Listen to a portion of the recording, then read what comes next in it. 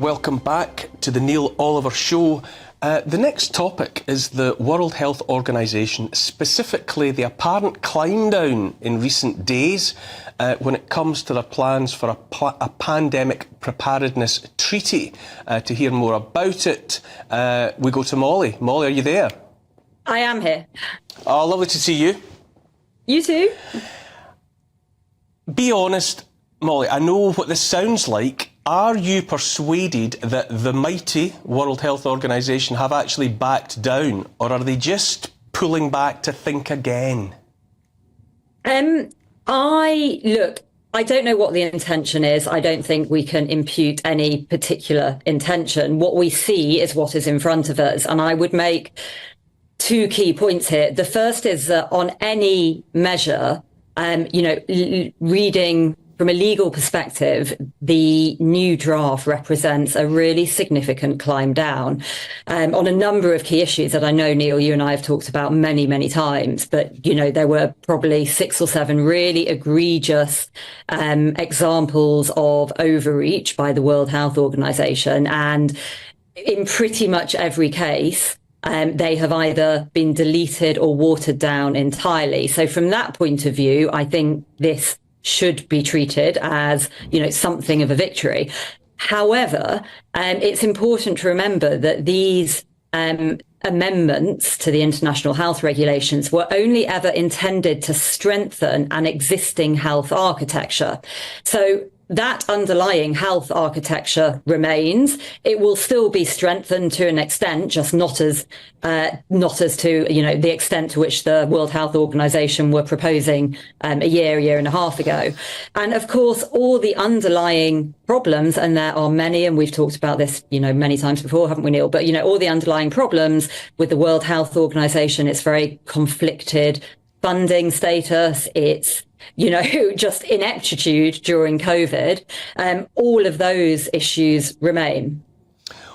What about, though, a lot of the problem, a lot of the anxiety for people like you, people like me, was this going from non-binding to something that certainly seemed to be binding, that member states were going to surrender national sovereignty and hand over wholesale decision-making powers to an unelected body. Is that still there, or is that out? That is out. And let me just take you through the kind of key details, because the devil is in the detail. And I think there's been a lot of confusion about this on social media in the last few days. So, let's be clear, that provision that was found in a new Article 13A, it would have turned the WHO's ability to make advisory recommendations only into effectively binding mandate that would require states to comply. And there was a whole compliance architecture built around that the compliance architecture is still there, but crucially, the WHO's recommendations will remain just that from a legal point of view. Now, of course, some commentators have pointed out that in practical terms, some states, particularly states in less developed countries, may consider themselves bound to comply with the WHO's recommendations anyway. And I think that is a fair point. The other, just touch on 2 other points that I think are really material climb downs by the WHO. One is, another provision that we're all deeply shocked by, really, was in the draft that was released a year and a half ago, a reference to the primacy of dignity, human rights and fundamental freedoms was deleted. I mean, it was literally struck out. That deletion has been dropped. So, dignity, human rights and freedom still prevail by the looks of it. And then the other thing that I think is very significant is in the original draft, the WHO had, attempted to claim for itself powers as a global censorship agency and to give itself, vast surveillance and censorship powers. They have largely, not entirely, but they have largely been dropped. Why, Molly, wasn't there a response from anyone really, and certainly our government, saying, who do you think you are? I could not believe that an unelected body, broadly funded by Bill and Melinda Gates and all of the rest of it, was suggesting, taking for itself this kind of decision-making power, this kind of sovereignty, and back here there was a deafening silence, except from those of us who said, just a cotton-picking minute. I mean, it was incredible, and I think, like you, Neil, when I first read those documents, I'm a lawyer, and we had obviously a team of lawyers looking at it. We just couldn't believe it. They were egregious documents of the type that you almost have to rub your eyes in disbelief to see. And I think it leaves massive questions. Perhaps the immediate threat has subsided a bit. Of course, it's really important to state this is only an interim draft. So the final meetings on this draft are still going on. So, let's see how much of it sticks. Assuming it stays as it is, some of the most egregious provisions have been dropped, sure, but I think the intentions of the WHO, and in particular its Director General, GBNews Tedros, it just speaks to a lack of transparency, accountability, and I think some of us would suggest that they have behaved in a wholly duplicitous way. It's been quite horrifying to watch.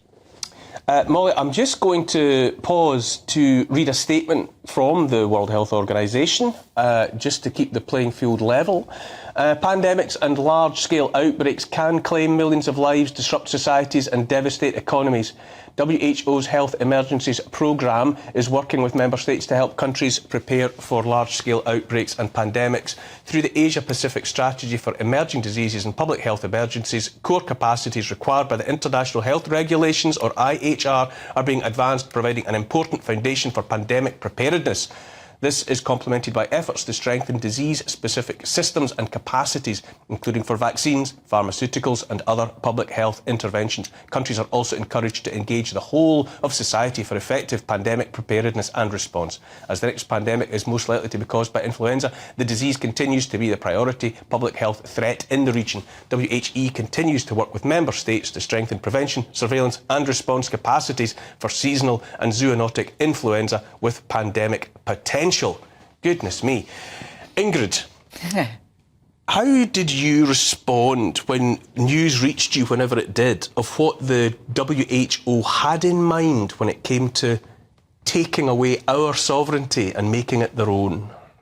Well, immediately it was, they are not doing anything in our best interest at all. It's all about them. It is a mass control. There is no accountability. There isn't the transparency that we need. I don't trust them one little bit, and I just wish that we had our own, we do have our own health system here, and we just stick to that. Because, as you say, or it was you that said, I can't remember if it was you or Molly, Bill Gates and the foundation, Bill Gates Foundation, everything, people like that, the ones with a lot of money, I'm not going to name other names just in case, but we do know that Bill and Melinda Gates are in there. It all... call me a conspiracy theory. I don't think I am. It plays all into that. This is all about controlling absolutely everything. And if you don't comply, and it starts with the medicine and the vaccine, then you're going to do the lockdown. You'll be restricted. You won't be able to travel. You won't be able to do this and that. And all your freedoms and liberties will be taken away. So it stinks.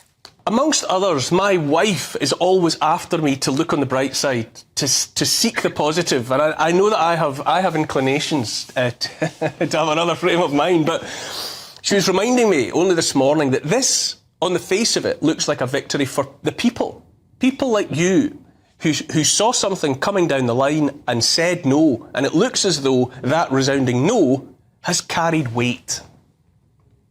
I think it is a victory. And, there have not been many victories in the last 4 years. And I think it's really important to claim them and celebrate them when they do come along. And, I've been getting slightly frustrated, actually, by people insisting that it's all still awful and no, we haven't won and there's actually no material change on the documents. Legally, that is just not the case. This is a very, very different document from a legal perspective. As we were saying before the break, Neil, that doesn't mean that there are no issues with the World Health Organization, with its very, conflicted, corrupted funding architecture. But it does mean that we frame the debate differently, assuming the documents stay like this. I think this needs to open up a far wider conversation about whether the WHO is a responsible and appropriate agency to be placed at the helm of global public health. And, taking on board what Ingrid said, I absolutely agree. I think we really need to revisit that. And we absolutely need to look at its funding. And I would say if it won't reform its funding model, we should leave. It's not the only instance, though, is it, Molly? I mean, I'm sure you're aware that I'm reading all the time at the moment about the plans that the United Nations has, to bring forward. I think it's in September, a meeting to contemplate the polycrisis that faces the world, and the UN too is looking to draw unto itself powers and potential for control over our lives. Is that something that you will be tracking as well? Yes, I think we will. And I think it's part of a wider conversation about, the role of these multilateral institutions, many of which are starting to feel like they have far outlived their original, very noble purpose. And actually, it links into, again, broader questions about sovereignty, about national democracy. And I think the key question, to my mind, should now be, well, look, we saw what happened during the pandemic. And, there's an extent to which that whatever the document does and doesn't say, it's kind of irrelevant, because if you have majority public opinion baying for lockdown, baying for masks, baying for vaccine mandates, then I think what we will find once again is governments will act in accordance with that democratic, supposed mandate. So I think we have to look at educating people much more about the harms and dangers associated with those interventions, and also introducing national checks and balances and safeguards to ensure that the kind of situation we saw throughout 2020, 2021 simply is not allowed to happen again. And that's national architecture. It's, it's not nothing. It shouldn't be anything about the international organisations. It feels to me all the time as though the United Nations, in this instance, World Health Organization, the World Economic Forum, the Club of Rome, Commission of this, Commission of that, that there's a crystallising towards a one world government, and that by one path or another, some people are trying to get to the point where they have that centralised one world government control. Is that what we're seeing here? Well, I mean, there's certainly been a path towards technocratic globalization, hasn't there? And I think it leaves many of us asking why, because surely, decisions should be made closer to home. And I think many of us, I personally would say that we have a far too strong and powerful central UK government. I would like to see far more decision making put back in the hands of local communities. But yeah, the trend seems to be very much against that. But I do think, tentatively hope that the resistance we've seen to this very egregious global overreach, could that be the first signs of resistance and a more wider awakening about the dangers of that? Do you think, Molly, we've got to the end of our willingness to tolerate lockdown? Do you think the experience of lockdown was enough to teach us here in the UK and populations elsewhere that locking down in the way that we did, do people see that was a disaster in every conceivable metric?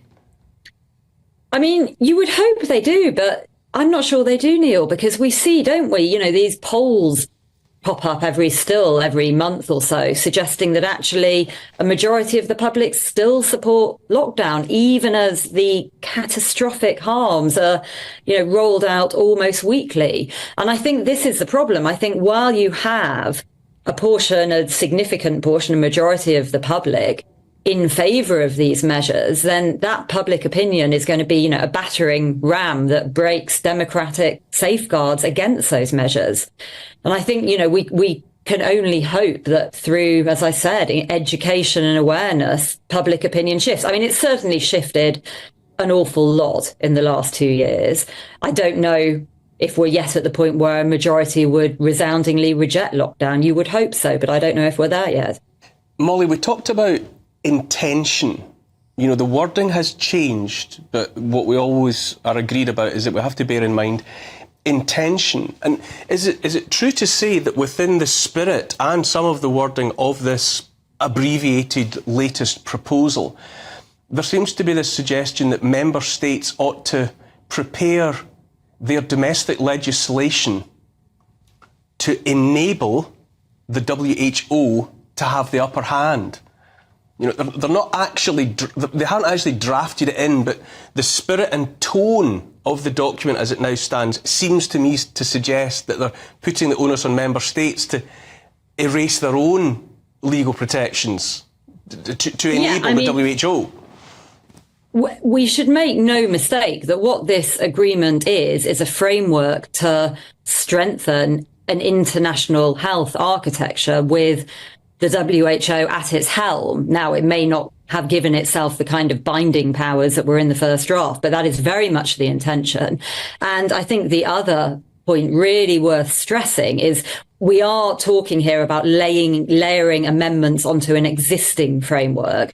And that existing framework is obviously predicated on the basis that, you know, lots of things that you and I might rail against will continue and potentially be strengthened. So, you know, control of health disinformation, the idea that the WHO and member states will be on this endless search for new dangerous pathogens. I mean, we heard that a little bit, I think, in the WHO's press statement you read out. You know, the idea that interventions, both non-pharmaceutical and, of course, pharmaceutical, are a necessary and net positive tool for dealing with disease. So, you know, all of this very much remains, and the WHO is still appointed as global health manager. And I think many of us would look just simply at its performance, let alone all the stuff around its accountability or lack of accountability and anti-democratic, you know, ambitions. And we'd look at its performance and say, well, why is this organisation at the helm? It performed appallingly during the pandemic. Ingrid, again, in search of positivity, it's quite the revelation or the realisation, is it not, that the WHO, World Health Organization, made this attempt, and an organisation like Molly Kingsley's, Us For Them, stood up as people and said, I don't think so. Yeah. And around that, you know, crystallised other voices saying the same thing.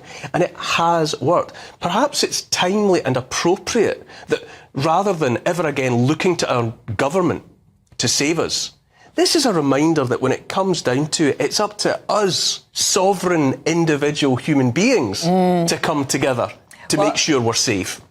Honestly, I applaud Molly because she is just brilliant. And you're absolutely right. Who would have thought that, you know, just from founding a small, you know, relatively small, but really sort of like ambitious company, or not company, but group like this, Us For Them, that it could achieve so much and have influence.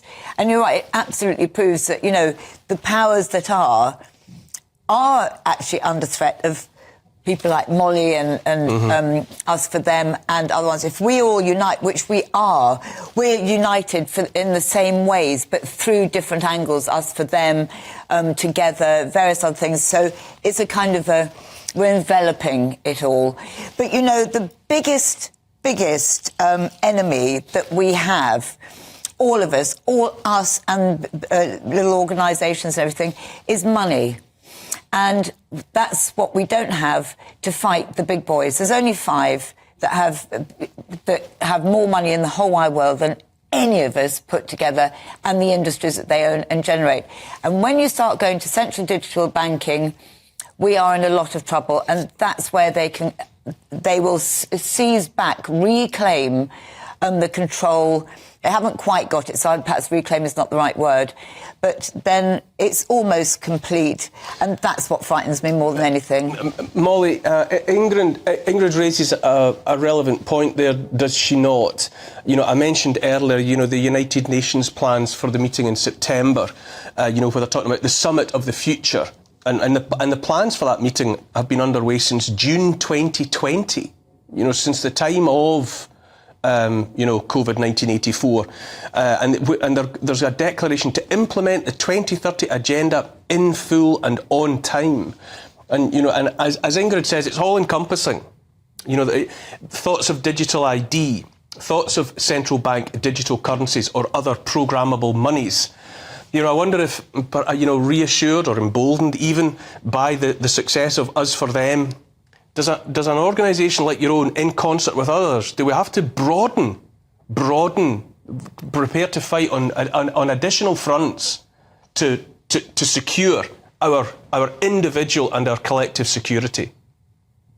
We do, and our individual and collective freedoms and those of our children. And, that is ultimately how Us for Them came into it, with a single campaign. And we just, if someone had said we'd still be going 4 years later. Anyway, I think it's really important, though, a point that Ingrid made. I mean, we've been a voice in this. There have been many, many others. I'm glad you mentioned Together as well. Alan and Leslie have been absolutely fantastic. And there have been tens, hundreds, thousands of other people. It is a little ridiculous in a way that we have had to do this. It would be nice to think that our government had been a little more alive. And I say that with the exception, actually, of Esther McVeigh, who, I think has been very on top of these issues throughout, and I suspect had a role in ensuring some of the worst provisions were dropped. I think, though, to your point, Neil, of course we're going to have to widen the campaign. And, what we've seen here is, I think, quite an existential battle for the shape of the futures we bequeath our kids. And that battle is still ongoing. Closer to home, actually, I think things that really worry us now are, the legacy lockdown thing. So the whole lack of transparency around what's happening or not happening with excess deaths, the censorship operation, we know that is going on and strengthening at home. And as you say, digital currency. Existential battle, it surely is. Molly Kingsley, it's been brilliant to have yet another opportunity to talk with you, and I'm sure you fully understand that the fight goes on, and we'll be right there with you.